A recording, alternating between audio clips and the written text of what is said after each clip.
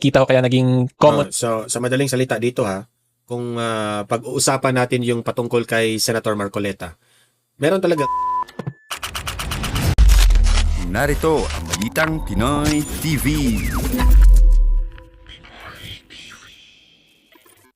Okay, ngayon sa video na ito, maliwanagan po tayo dito sa vlog nitong si Attorney Neil Abayon. Okay, pakinggan po natin siya at magre-react po tayo patungkol dito na ito raw si Senator Marcoleta, petition for bail. Yan po ang latest issue kay Senator Marcoleta. Ang tanong dito, legal ba ito? Non-bailable ba? O bailable ba ito? Yan ang ating alamin kung ano ang kahinatnan at magiging mangyari kay Senator Marcoleta. Okay? At higit sa lahat, atin ring pakikinggan ang opinion ni Attorney Harry Roque patungkol po dito sa issue ni Senator Marcoleta. Okay? So bago ang lahat, paki-like muna at saka paki-share itong ating video para guys kakalat ito sa taong bayan. Marami po ang makaalam. At sa mga hindi pa nakasubscribe dito sa ating channel na laging nanonood dito at laging nakaabang dito at nagugustuhan ninyo ang ating vlog, it is time for you na i-click nyo ang subscribe button sa YouTube. Subscribe na kayo dito sa Donmar TV kasi libre lang yan. Walang bayad yan sa YouTube. Subscribe na po Updated pa kayo dito sa ating mga breaking news, sa ating mga trending na mga balita. Okay? So ito. Unahin muna natin itong i-play kong video patungkol kay Neil Abayon. Pakinggan yung mabuti at unawain yung mabuti because this is explained in layman's term. Okay? Ito, Neil Abayon, pasok. Okay, so ang big question po talaga natin for today is whether or not meron po ba talagang quote-unquote non-bailable offense or legal system. At ito po ay related sa final na petition to post bail ni Senator Marcoleta kahapon, August 14, 2026. So, i-discuss ko po to kasi I think may malaki pong misconception sa general public regarding sa pagpiyansa. Kasi lagi pong non-bailable ang ginagamit talaga na term. Pero in the strict legal sense, wala naman po talagang non-bailable offense, kundi meron lang tayong bail as a matter of right or discretionary bail. Okay, so yan po ang explain ko today para mas maintindihan nyo po talaga and of course para iwas din po tayo sa misinformation. And aside from that po, magbibigay na lang din ako ng mga actual examples in relation sa mga pagpiyansa-piyansa na to para mas maintindihan nyo po talaga. Okay, so good day po to all of you my fellow taong bayan mga kasimor. At baka po napansin nyo, medyo binago ko lang yung camera angle, so let me know lang din po sa comment section kung tingin ba ninyo may nagbago or wala naman, parehas pa rin ba akong Seymour pa rin. Okay, so anyway po, tuloy tayo sa discussion. Okay, so brief facts lang po muna tayo para maintindihan nyo talaga yung current status ng case ni Senator Marcoleta and of course yung full context po ng discussion natin. So si Senator Marcoleta po currently ay naka-detain po yun siya or kung sa Tagalog pa, nakakulong kasi po he allegedly committed a violation daw po of RA 7080 which is yung batas po natin na nagpipinalize sa krimen na plunder. So yung main allegation po against Senator Marcoleta is that he received 75 million pesos by reason of his office. Therefore, it can constitute daw po as a violation of the crime of plunder. So ang pinaka nangyari po talaga dito ay nakatanggap po siya ng 3 donations from 3 private individuals at yung isa po sa individuals na yun ay si former Congressman Mike Defensor. At yung panahon po kasi nung na-receive yun ni Senator Marcoleta yung donations ay January 2025 which is a month prior to the start of the campaign season. So dun po ngayon nagkaroon ng questionable area kasi alam naman natin nung 2025 si Senator Marcoleta po, di ba, he was an aspiring senator pa lang dati. Pero since hindi pa start yung campaign season, yung ina-allege ngayon sa kanya ay tinanggap niya yun nung panahon na congressman pa siya. So pumapasok daw po yung by reason of his office yung pagtanggap. Kaya nga daw po posibleng maging krimen yun ng plunder. Yun yung pinaka-legal theory po ng case against him at present. So it's actually an interesting case kasi kung titingnan din po natin yung timelines of the situation of the case ni Senator Marcoleta, January niya natanggap pero February election season. So may room talaga for argument din si Senator Marcoleta na sabihin na nung tinanggap niya yun ay hindi yun for reason of his office kundi for campaign purposes starting nung February 2025 election. So yun na yung mga nakikita kong mga possible arguments to this case po of Senator Marcoleta. Okay, so anyway po, going back to our main discussion, si Senator Marcoleta nga po ay currently nakakulong for an alleged violation of RA 7080, the crime of plunder. Tapos kung makita po ninyo dito, ang penalty po kasi for the crime of plunder is this one. Kita niyo naman po, di ba? By life imprisonment, shall be punished by life imprisonment with perpetual absolute disqualification from holding any public office. So dito po, ipakita ko lang din sa inyo kasi baka magtaka kayo. Ang nakalagay pa kasi dito, 75 million yung threshold ng plunder. Pero currently, 50 million na po yan kasi this one is amended. So i-click nyo lang po itong section 12 of RA number 7659 para mas maintindihan nyo. So pinapakita ko lang din po yung amendment sa inyo kasi this is just one way of me reminding everyone na pag hindi po talaga kayo sure, dapat po talaga mag-double check, verify ng sources ninyo sa discussion or kung gusto nyo mas safe talaga, mag-consult po kayo or mag-contact sa isang licensed professional kasi may mga amendments po yan sa batas. So kung mahilig po kayo mag-Google or mag-AI, baka ma-miss nyo to, tapos mag-assume kayo na 75 million pa yung threshold. Pero currently, Plunder 50 million pataas na yan because it has been amended by this. So I would just like to emphasize that kasi Meaning, kung itong nagbago 70-80 lang po titingnan ninyo ay 75 million sakto. Pero that's just additional discussion na lang po at para lang din reminder po na mag-ingat po tayo sa pag-share ng unverified information. Okay, so yan po yung pinaka-facts natin. Senator Marcoleta currently detained. The main allegation, violation of plunder kasi tumanggap siya ng 75 million total donations allegedly by reason of his office kasi during January 2024 pa niya natanggap, which is sitting congressman po nga siya nun. But ang isa naman pong counter-argument dyan nila Senator Marcoleta ay reasonable yun siya na makonsider as for campaign purposes kasi campaign season naman na po the very following month, February 2025. At alam naman po ng lahat, public knowledge po na si Senator Marcoleta during that time has already filed his certificate of candidacy for Senate for the 2025 elections. Okay, so yan po yung pinaka-facts natin. At yung next po na maganda na din take note niyo is yung penalty na life imprisonment kasi mas maintindihan niyo po yung concept ng next discussion natin yung tungkol sa bill pag i-take note niyo po itong life imprisonment penalty.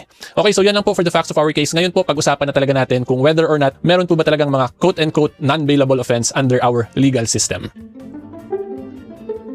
Okay, time out lang muna mga kasimor. Gusto ko lang po kayo i-remind na hopefully you can like this video po, mag-subscribe sa YouTube channel ko. Libre po yung YouTube subscription ko, 100% free. Basta sa YouTube po, hindi sa Facebook or TikTok. And of course, pasalamat din po sa inyong lahat na nakasubscribe na. 484,000 na po tayo, sobrang lapit na po sa 500,000, half a million sa YouTube. So hopefully po, matulungan niyo naman ako doon at ma-achieve ko yung milestone na yon. Okay, so ngayon po, tuloy tayo sa discussion. Okay, so before I answer that question po, tingnan muna natin yung legal basis para mas maintindihan niyo. So we are back in the 1987 Constitution at yung relevant provision po natin is Article 3 of the Bill of Rights, Section 13 po, to be specific. So ito po yung relevant provision talaga natin dito. All persons except those charged with offenses punishable by reclusion perpetua when evidence of guilt is strong shall before conviction be bailable. So ang ibig sabihin po niyan, pag hindi po reclusion perpetua or life imprisonment ang penalty ng isang krimen, ang bail po or ang pagpiyansa ay matter of right po yung tawag dyan. So when you say matter of right, karapatan po natin yan. So hindi po yan pwede pigilan ng korte or kahit na sino pa man.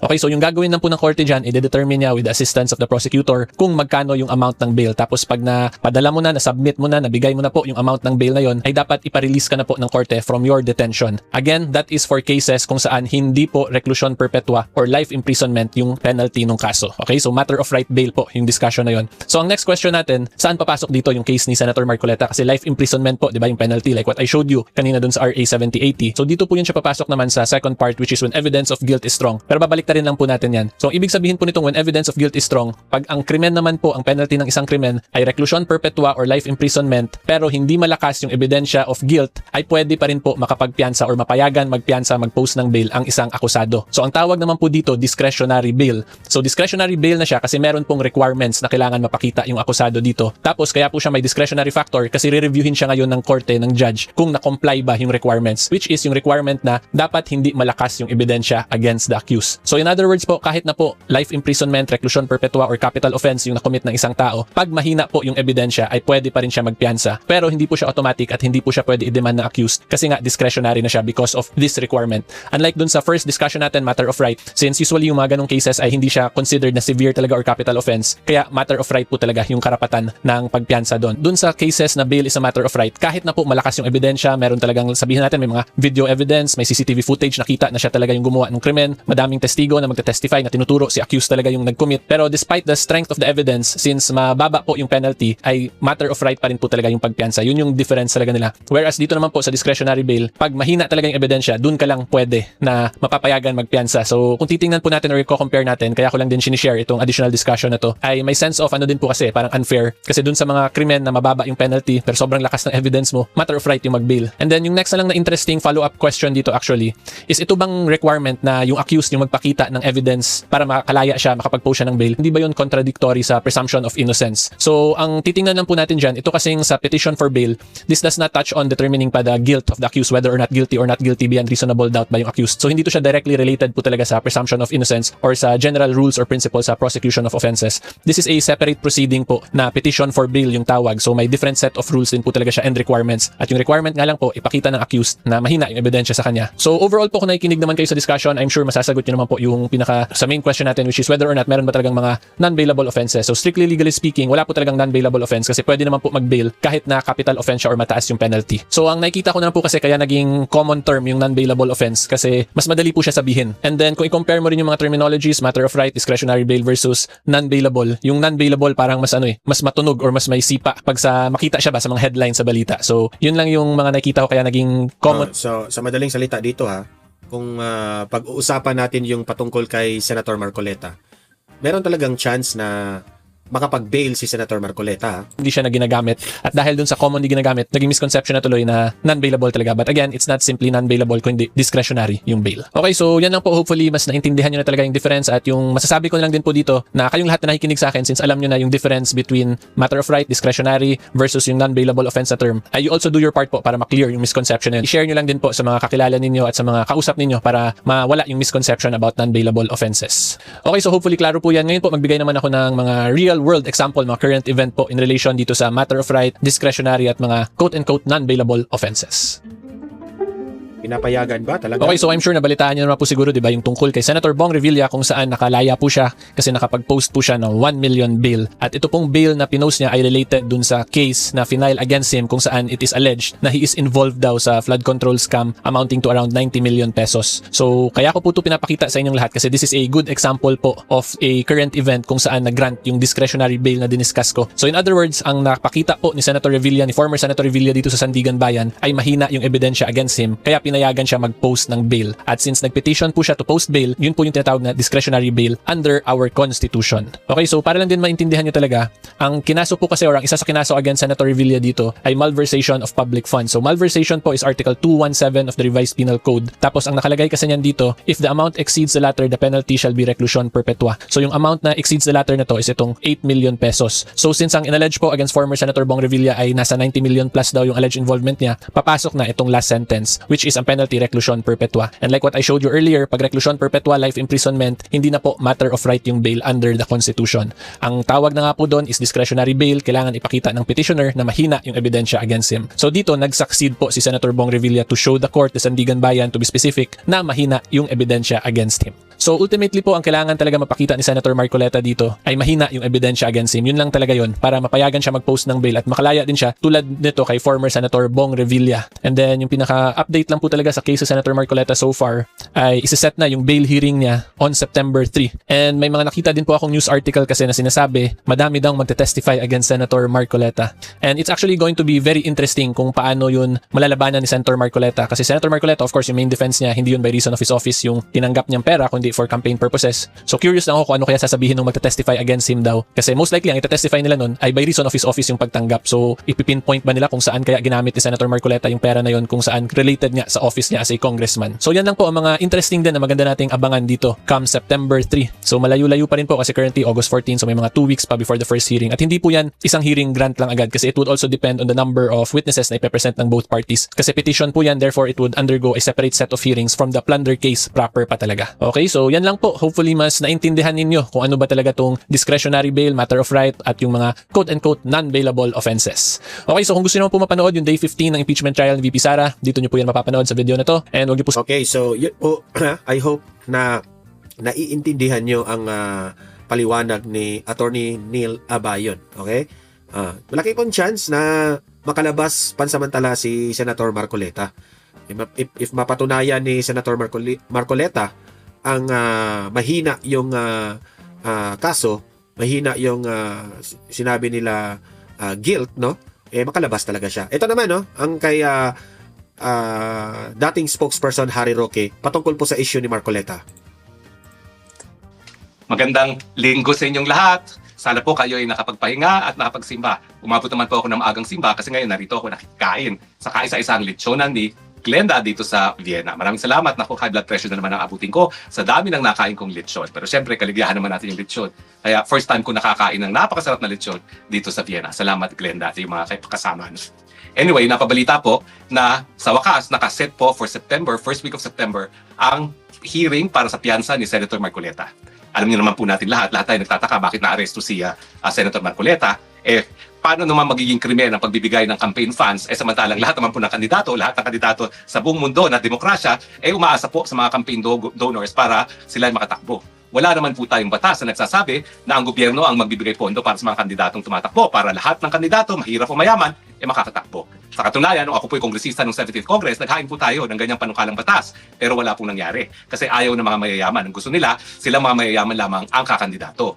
Pero sa kaso ni Senator Marcoleta, aminadong nagbigay ng halaga itong si Mike Defensor at kanyang mga kasama, mahigit 50 million kasi talaga namang hundreds of million ang kinakailangan mo para manalo bilang senador. Sa aking karanasan, hindi ka mananalong senador kung wala kang 500 million pesos sa totoo lang. Saan mo naman kukunin yan? Siguro miski anak Ayala ka, anak ka ng anak ka ni Enrique Razon, hindi mo pa rin gagastusin ang sarili mong pera kung 500 million, minimum, abot pa yan ng 1 bilyon dahil napakamahal ngayon ng TV advertisements, no? So, kailan pa naging krimen ang pagbibigay sa isang kandidato para Senado, lalong-lalo na kung ikaw naman ay naniniwala sa kanyang paninindigan para sa bayan? Eh yan po nangyari kay Marcoleta. Mantakin ninyo, siya ay kumakandidato, tumanggap ng campaign funds, ginamit naman ng campaign funds para sa kampanya, nahalal dahil dito, ngayon, krimen daw yan. Kung totoong krimen yan, edi dapat lahat ng mga tycoons, dahil lahat naman sila nagbibigay sa mga kandidato, lahat dapat makulong sa krimeng plunder. At kung totoo yan, wala ng elected official, lalong-lalo na sa Senado, Presidente at Vice President, ang dapat ang nakakalaya dahil lahat ng tumatanggap ng campaign funds, kung tama ang reasoning dito sa kaso ni Senator Marcoleta, dapat silang lahat ay makulong dahil sa plunder. So sa akin malinaw po, hindi plunder ang pagbibigay ng campaign funds. Unang-una, ang pera naman po, hindi nang galing sa gobyerno. Pangalawa, wala kang inaasahang kapalit niyan kung ikaw ay sumusugal sa isang kandidato. Dahil there is no such thing as a guaranteed victory. Mabuti sana kung yung pagbigay mo ng pera ay garantisadong mananalo siya at alam mo na ang iyong kapalit. Pero wala pong ganyang garantiya sa pagtakbo, lalong-lalo na sa Senado, lalong-lalo na sa kaso ni Senator Marcoleta, na nung una, nung 2019 ay 2022 pala ay nagsumite ng kanyang candidacy for the Senate pero bumitaw sa bandang dulo dahil wala nga siyang pera pang advertisement at alam niya na para manalo para senador dapat hundreds of million ang ginagamit para sa advertisement para magkaroon ng name recall. So ngayong nagkakuha sila ng konting pera, nagkaroon ng konting advertisements at saka endorso ng iglesia, nanalo naman siya. Pero hindi po yung garansya. Kaya nga po nagtataka ako paano naging plunder yun.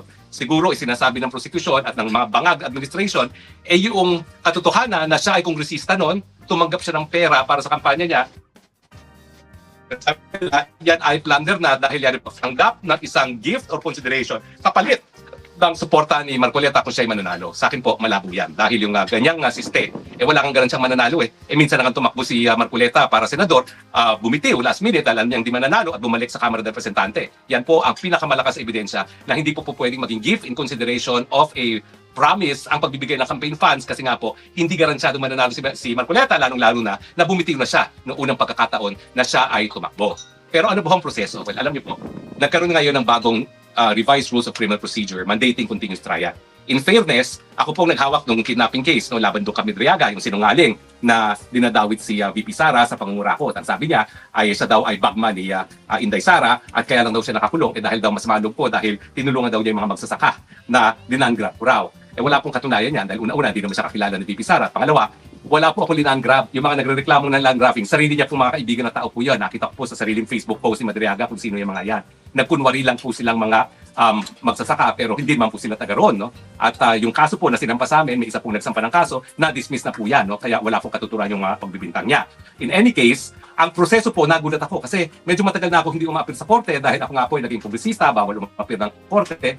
So from 2016 to 2019, bawal ako. Tapos nung ako yung sumapi sa Malacanang, bawal din akong mag-practice full stop, no? So 6 na taon ako na wala in action sa hukuman at itong kaso ni Madriaga ang kauna-unahang pagkakataon na bumalik ako sa hukuman. At yan naman ang dahilan kung bakit siguradong-sigurado ako miski wala akong posisyon sa gobyerno, maligaya ako pag ako'y nasa loob ng hukuman because I'm really meant to be in a courtroom. Parang ang tubig ay para sa isda, si Harry Roque para sa loob ng hukuman at para sa litigation.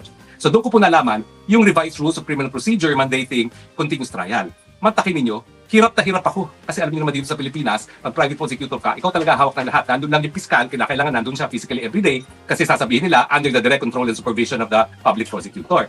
Pero mantakin ninyo, within 30 days, kinailangan naming ipresenta ang pinakamalakas naming ebidensya para patunayan na ang ebidensya of guilt is strong. Dahil ayon sa ating saligang batas, ang bail is a matter of right, ang pagpapiyansa ay karapatan ng mga nasasakdal, except doon sa mga nahaharap sa tinatawag nating capital offenses, yung mga seryosong kaso na ang pinapataw na parusa ay panghabang buhay, gaya ng kidnapping for ransom. So, some 30 days para to prove that evidence of guilt is strong, siguro po nagpresenta ako ng 12 mga testigo. Kada hearing, syempre, ilang abogado yung kalaban ko kasi parang 8 o 9 na mga akusado yan, no? Bukod pa kay Madriaga, may kanya-kanyang mga abogado. So kada hearing, mga 3 araw bago matapos ang cross-examination, nakikita nyo naman na hearing ngayon sa impeachment, ganyan kahaba ang cross-examination, mas mahaba pa sa direct examination. So talagang pagod na pagod ako talaga noon, mga panahon na yon. Dahil wala namang iba sa aking opisina na naisawakan yan, dahil bandido talaga ang reputasyon nitong si Madriaga. Sa katunayan, kaya binalik ang security ko, miski hindi na ako kongresista o member ng cabinet ng mga panahon na yon, dahil na-verify ng PNP na may security threat sa akin.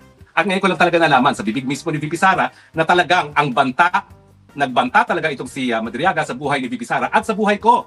Sa totoo lang po, akala kong banta labang kay VP Sara lamang. Hindi naman ako nagtataka kasi VP siya. Ako naman, sino naman ako para bantain? Ako yung ordinaryong mamamaya, kain lang na kain ng lechon. Ba't naman ako pagbabantaan ng buhay? Pero anyway, na-verify po. Na-verify ko. Kailan lang nga po yan, no? Galing sa bibig mismo ni VP Sara na talagang binantaan kami ng buhay ng Madriagang yan. Pero napakahirap po ng proseso dahil ako nga ang prosecution, parang 12 ang pinrepresenta ko, 12 araw for direct examination, tapos nagdadalawa, 3 araw for cross-examination all in 1 month. In fairness dun sa judge ko, napakagaling, she stuck it out with the deadline. Under the new rules, 30 days to resolve. Ibig sabihin, hindi lang pagbibista, kinakailangan meron pang resolution within 30 days. At dahil magsisimula na ang trial ni Senator Marcoleta sa September 3, kung di ako nagkakamali, mahigit kumulang by October 3 or thereabouts, dapat meron ng resolution, dapat nakapagpiyansa na siya. Pero ang hirap po dito sa Revised Rules of Criminal Procedure, tinanggal nila yung karapatan ng akusado na humingi sa hukuman sa simula pa lang ng paglilitis yung determination of probable cause. Gaya ng kaso ko, walang kaebidensya, syndicated human trafficking, non-bailable. Pero wala naman sila ebidensya. Ebidensya lang nila, isang papel na nagsasabi, legal daw ako ng Lucky Star. Wala nang ibang ebidensya. At saka sinamahan ko yung isang empleyado ng kliyente ko na sa isang ejectment case, hindi yung Pogo Company. Yung ejectment case ay laban sa kumpanya na nagpaupa doon sa Pogo Company. Ano na raw yun? Syndicated human trafficking na raw yun. Kung hindi tinanggal yung provision na pwede kang humingi sa hukuman na nagdidinig ng kaso na mag-determine ng probable cause sa mula pa lamang, dapat na-dismiss na yung kaso ko, dapat walang kulong. Ganyan yung nangyari sa kaso ni Ping Lacson nung siya ay inakusahan doon sa Puratong Beleleng, yung RTC judge sa Manila ay naghain sila ng motion for probable cause at nagdesisyon naman yung hukuman na walang probable cause, kaya miski nagtago si Ping Lacson na dismiss ang kaso dahil wala ng probable cause. Pero ngayon po, para mapabilis daw ang paglilitis, tinanggal ng hukuman yung karapatan na humingi ng determination of probable cause. Instead, ang sabi ng Korte Suprema, dapat within 30 days, pag nag-file ng petition for bail, meron ng resolusyon. Pero kailan ba na-aresto si Sen. Marcoleta? July 6. Sabihin na natin magdedesisyon sa October at bibigyan siya ng bail. July, August, September, October. 3 buwan pa rin siyang makukulong. Despite the fact na mahina ang ebidensya.